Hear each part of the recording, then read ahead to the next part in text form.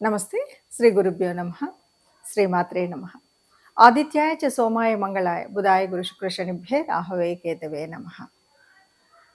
ప్రస్తుతం మనం డిసెంబర్ మాసంలోకి వచ్చాం. ఈ డిసెంబర్ మాసంలో మనం సహజంగానే ప్రతి మాస ఫలితాలు, పక్ష ఫలితాలు, వార ఫలితాలు చెప్పుకుంటూ ఉంటాం. కానీ కొన్నిసార్లు గ్రహాల యొక్క మార్పు అనేటువంటిది గతులు మారుతూ ఉంటాయి. గతులు మారడం అంటే ఉన్నటువంటి స్థానం నుండి వక్రగతిలో వెనక్కి వెళ్ళడం, ఉన్నటువంటి స్థితి నుండి అప్పటికే ఆ గ్రహాలు ఉన్నటువంటి స్థానాలు ఉచ్చస్థిత, నీచస్థిత ఇవన్నీ కూడా రకరకాలుగా ఉండడం వల్ల ఇలా మార్పు చెందినప్పుడు కొన్ని రకాలైనటువంటి ఫలితాలైతే ఉంటాయి. మరి ఆ రకంగా కనుక చూసినట్టయితే ప్రస్తుతం డిసెంబర్ 6వ తారీఖు నుండి 2024 డిసెంబర్ 6వ తారీఖు నుండి కుజుడు తను ఉన్నటువంటి స్థానం ఏది కర్కాటకంలో ఉన్నాడు. మరి ఎలాంటి స్థానం అంటే నీచ స్థానం. నీచ పొందినటువంటి కుజుడు ఇప్పుడు మళ్ళీ వక్ర గతిని పొందేటువంటి పరిస్థితి. ఈ కాలం అంతా కూడా ఎప్పటి వరకు ఉంటుంది అంటే ఫిబ్రవరి 24 తారీఖు 2025 వరకు ఈ వక్ర స్థితి ఉంటుంది. అంటే అక్కడ మిథునంలో ఉంటాడు. మళ్ళీ మిథునం నుండి మళ్ళీ వక్రత్యాగం తర్వాత మళ్ళీ కర్కాటకంలోకి వస్తాడు. ఇలా ఏ గ్రహమైనా అంటే కుజుడి యొక్క గమనం మనకు తెలుసు దాదాపు 45 రోజులు. అలాంటి కుజుడి గమనం ముందుకు వచ్చి వెనక్కి వచ్చి అక్కడక్కడే తారసపడుతున్నట్టుగా మనకు గత కొంతకాలంగా చూస్తూ ఉన్నాం. మరి ఇలాంటి పరిస్థితుల్లో అసలు ఎలాంటి ఫలితాలు వస్తాయి అంటే ముందుగా మనం కుజుడిని చూడాలి. కుజుడిని చూసినట్టయితే కుజుడు అంటే మనకు తెలుసు భూమి పుత్రుడు.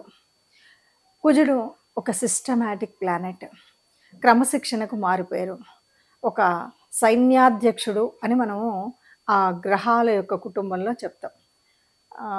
ఏదైనా సరే ఒక వారియర్.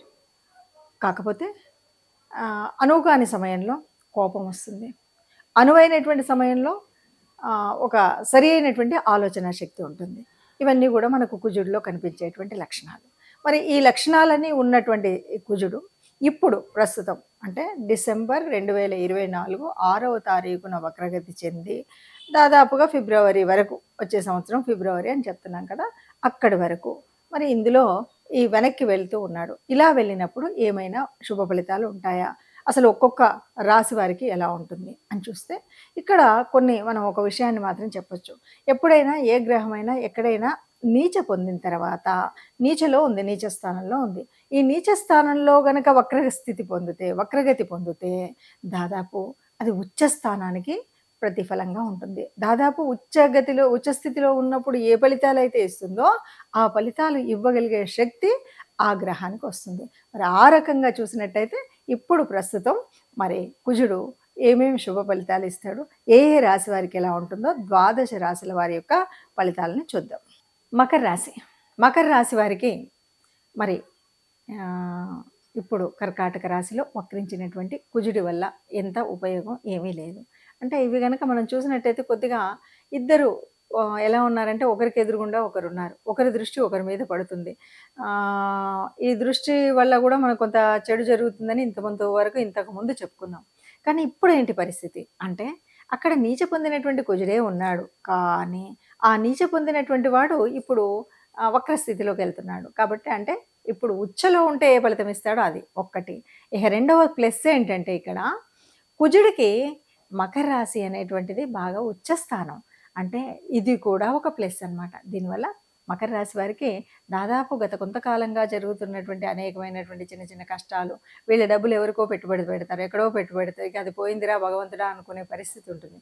ఇవన్నీ కూడా తిరిగి వచ్చేటువంటి సమయం. అంటే ఎవరికో ఇచ్చాం, వాడు ఇంకా అయిపోయింది, వాడు ఇవ్వడు ఈ జీవితంలో అనుకున్నాం, వాడు వచ్చి ఏదో ఒక రకంగా ఎంతో కొంత ఇచ్చేటువంటి ప్రయత్నం. మనం ఎక్కడో వచ్చేట పెట్టుబడి పెట్టాము, ఇక అది లాసేరా అనుకున్నాం, అనుకోకుండా అది వచ్చేటువంటి పరిస్థితి అయితే కనిపిస్తుంది. అంటే ఆర్థిక పరంగా ఏ రకమైనటువంటి నష్టం లేకుండా కొద్దిగా ఇంతకుముందు జరిగినటువంటి నష్టాలన్నిటినీ పూడ్చే విధంగా ఉంటుంది ఇప్పుడున్నటువంటి కుజుడి యొక్క గ్రహస్థితి మకర రాశి వారికి.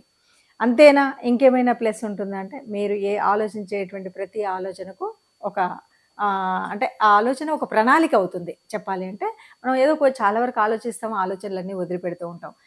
చాలా చేయాలి పొద్దుటికల్లా, ఏమేమో ఆలోచన, రేపు పొద్దున నుండి నేను ఇలా లేవాలి, ఇలా ఉండాలి, ఇలా చేయాలి అని అనేక రకాల ఆలోచనలు. కానీ పక్క మీద నుండి లేసేసరికి పక్కకి వెళ్ళిపోతుంటాయి ఆలోచనలు. అలా కాకుండా ఏ ఆలోచనలు అయితే ఉన్నాయో వాటిని ప్రణాళికలుగా చేసుకొని వాటిని మనం గనక ప్రాక్టీస్ చేసినట్టయితే వచ్చే ఉపాయం కదా. ఇప్పుడు ఈ సమయం ఆసన్నమైందని చెప్పొచ్చు. ఇక ఏది ఏమన్నా సరే చెప్పాలి అంటే దాదాపుగా ఏళ్ళనాటి శని చివరిలో ఉన్నటువంటి వీరికి ఇక నుండి ఎప్పుడు కూడా శని పోతూ పోతూ మంచి చేస్తారంటారు. అంతేకాదు శని ఈ రాశికి రాశ్యాధిపతి. ఇప్పుడు ఉన్నటువంటి కుజుడు వక్రగతిలోకి వెళ్ళడమే కాకుండా కుజుడికి ఇది ఉచ్చ స్థానం. కాబట్టి ఓవరాల్గా చూస్తే కనుక అన్ని రంగాల్లో పేరు ప్రఖ్యాతులు మంచి కమ్యూనికేషన్ స్కిల్స్ బాగా డెవలప్ అవుతాయండి. చక్కగా ఎవరితోన్నా ఇలాగా మాట్లాడేవాళ్ళు, యాంకర్సు, సినిమా యాక్టర్సు, ఫిలిం కాకుండా ఇంకా రాజకీయ రంగంలో ఉన్న వీళ్ళందరికీ కూడా చాలా మంచి వాళ్ళ నేమ్ అండ్ ఫేమ్ బాగా వస్తుందని చెప్పచ్చు. వాళ్ళ భలే మాట్లాడారండి అంటుంటారు కదా. అలాంటి స్థితి ఈ రాశి వారికి కనిపిస్తుందని చెప్పచ్చు. దాదాపుగా మనం చూస్తున్నటువంటి గ్రహ పరిస్థితి ఒక్కొక్క రాశికి ఒక్కొక్కలాగా ఉంటుంది అంటాం. అయితే ఇక్కడ ఒకటి విషయం మాత్రం తప్పనిసరిగా చెప్పుకోవాలి. ఏది ఏమైనా జన్మ జాతకంలో మరి ఈ గ్రహాలు యోగించేవా యోగించనివా ఇది మొదటి స్థానం. ఇందులో మరి ఏ గ్రహాలతో కలిసి ఉన్నాయి, ఏ స్థితి ఉంది, ఏ యుతి ఉంది, అంతేకాదు నడుస్తున్నటువంటి స్థితి ఏంటి అంటే ఏ దశ నడుస్తుంది, ఏ మహర్దశ నడుస్తుంది, ఏ అంతర్దశ నడుస్తుంది, వీటన్నింటిని బట్టి ఫలితాలు అనేటువంటివి మాత్రం ఉంటాయి. మరి ఏది ఏమన్నా సరే కొన్ని రాసులకి చాలా మంచివి అని చెప్తాం, కొన్నిటికి కాదు అని చెప్తాం. ఎందుకు ఏమిటి అంటే ఇప్పుడు మనం చెప్పేటువంటి స్థితిలోనే కుజుడు అనగానే కుజుడు తన యొక్క జన్మరాశి ఏదేమన్నా మంచి చేస్తాడు. అంతేకాదు అంటే కుజుడికి జన్మరాశి మేషం అవుతుంది, అలాగే వృచ్చికం కూడా. అంతేకాదు మనం కుజుడిని ఓ మాట చెప్తూ ఉంటాం. ఎలా చెప్తామంటే కుజుడు అనేటువంటి వాడు సైన్యాధిపతి. సైన్యాధిపతి ఎప్పుడూ కూడా రాజుకు రాణికి మంచి చేస్తాడు తప్ప ఎక్కడా చెడు చేయడు. ఆ రకంగా కర్కాటక సింహరాశులకు ఓ మంచి చేసేటువంటి వాడు. ఇలా మనకు ఆయన యొక్క స్థితిని బట్టి ఉంటుంది కుజుడు. కుజుడుకి ఉచ్చస్థానం అంటే మకరంలో ఉచ్చ పొందుతాడు. అలాంటప్పుడు కూడా మంచి జరుగుతాయి. మరి ఇలా మంచి జరుగుతాయి కానీ అందరిది మరి మకర రాశి కాకపోవచ్చు కదా, అందరిది కర్కాటక రాశి కాకపోవచ్చు కదా. మరి ఇలా ఉన్నప్పుడు ఆ గ్రహం కూడా మరి జన్మజాతకంలో కూడా సరిగ్గా కుజ దశ నడుస్తుందా, లేకపోతే కుజ అంతర్దశ నడుస్తుందా, ఇవేం జరుగుతున్నాయి అన్నది అందరికీ చెప్పలేం కదా. ఒక్కొక్కరికి ఒక్కొక్కలాగా ఉంటుంది కదా. మరి ఇలాంటి పరిస్థితుల్లో ఏది ఏమైనా సరే ఈ మార్పు వల్ల, ఈ వక్రగతి వల్ల నా రాశికి మంచి జరగాలి అని ప్రతి ఒక్కరికి ఉంటుంది. నా రాశి వారికి నాకు మంచి జరగాలి. అలా జరగాలి అంటే ఎప్పుడైనా సరే ఎవరి అనుకూలత కావాలి, దైవానుకూలత కావాలి, గ్రహానుకూలత కావాలి. ఈ రెండు కావాలి. మరి దైవానుకూలత కోసం మనం చేయవలసినటువంటి రెమెడీ ఏంటి? తప్పనిసరిగా ఎవరి ఇష్టదేవత లేదా కులదేవత వారు తప్పకుండా ఇలా ఎప్పుడు ఏ గ్రహమైనా సరే అనుకూలించినా అనుకూలించకపోయినా ఆ ఉన్నటువంటి పరిస్థితుల్లో మనకు సానుకూలంగా ఉండాలి అనుకున్నప్పుడు మాత్రం మర్చిపోకుండా మనం చేయాల్సినటువంటిది మన ఇష్టదేవత ఆరాధన, కులదేవత ఆరాధన అన్నది చేస్తూ ఉండాలి. దీన్ని బట్టి మనకేమర్థమైంది, ఈ ఆరాధన నిరంతరం ఉండాలి. మొట్టమొదటి పాయింట్. ఇక రెండవది కుజుడు అనగానే కుజుడి యొక్క అధిదేవత మనకి సుబ్రహ్మణ్య స్వామి. కుజుడి రూపం అనగానే మనం ఏం చేస్తాం, సుబ్రహ్మణ్య స్వామిని ఆరాధిస్తాం కదా. కుజుడి విగ్రహాన్ని యొక్క అనుకూలత కోసం మనం ఆరాధించేటువంటి దేవుడు సుబ్రహ్మణ్య స్వామి కాబట్టి ఇప్పుడు మనం ఏం చేయాలి అంటే మంగళవారాలు, అంటే ఇది భౌమవారం అని కూడా అంటుంటాం, కుజుడికి సంబంధించినటువంటి వారం. ఈ మంగళవారాల్లో సుబ్రహ్మణ్య స్వామి దేవాలయం ఎక్కడైనా మన వీధిలో కానీ మన దగ్గరలో ఉంటే తప్పనిసరిగా సుబ్రహ్మణ్య ఆలయానికి ఎప్పుడు ఈ వక్రగతి చెందుతూ ఉన్నప్పుడు తప్పనిసరిగా సుబ్రహ్మణ్య స్వామి ఆలయానికి వెళ్ళడం, అభిషేకం చేయించుకోవడం, అర్చన చేయడం ఇలాంటివి మనం చేస్తూ ఉంటాం. లేదు ఇవి దూరమైన ఏ పుట్టలో పాల్పోయడానికైనా వెళ్ళొచ్చు.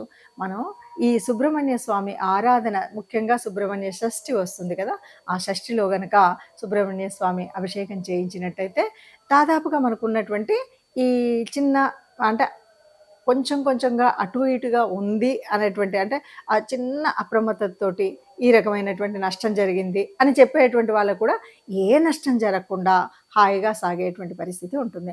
అందువల్ల సుబ్రహ్మణ్య షష్ఠి రోజు కానీ లేదు మీకు వీలైనప్పుడు ప్రతి మంగళవారం కానీ గుడికి వెళ్ళడం, ఆరాధించడం చేయండి. దీంతోపాటు మీకు నవగ్రహాల్లో ఉన్నటువంటి మరి కుజ స్తోత్రం వీలైనప్పుడు చదువుకోండి.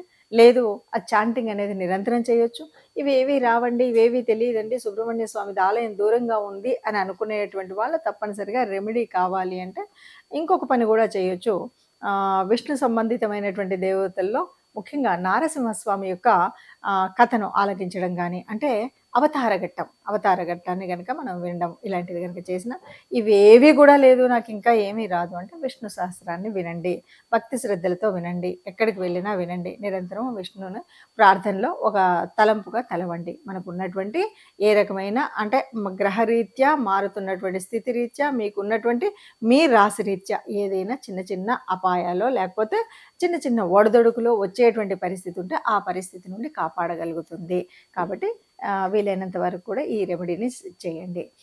అందరూ సుఖంగా ఉండాలి. అందులో మనం ఉండాలి. సర్వే జన సుఖినో భవంతు.